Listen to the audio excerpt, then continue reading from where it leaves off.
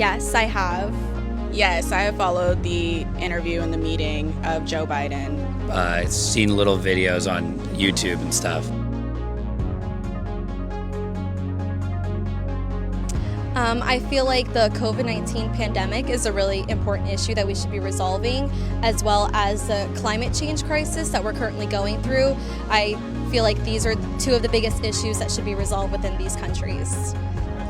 For me personally, the biggest issue I think we face is climate change. And I think as the two leaders in the world of the global economy, China and the US, I think both presidents need to come together to resolve some issues and help businesses, leading businesses in each country, still be effective, but implement different measures to help the environment, such as renewable energy and different other things that will help our climate.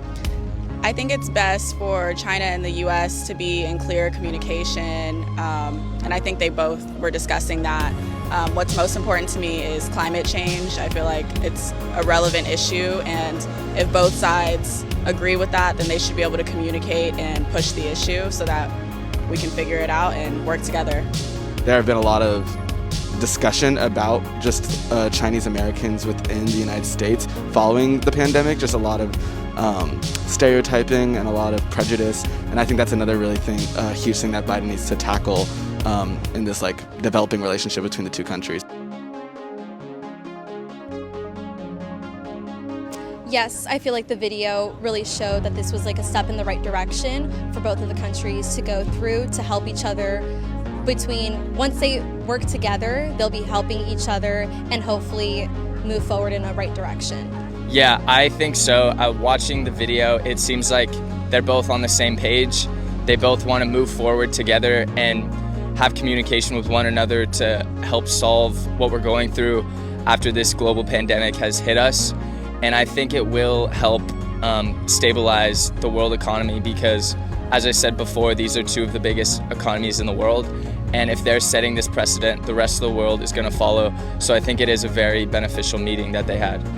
Yes, I think this meeting was important for the relationship between China and the U.S. I think it's a great starting point just to communicate that both are ready to work together and handle climate change. I think it was a great introduction. I think that it does provide a sense of stability. I think that obviously seeing the world leaders of any two countries pretty much saying we are fighting for the same thing, our people want the same desires, let's accomplish that. I think that's always great. Obviously sometimes that works theoretically.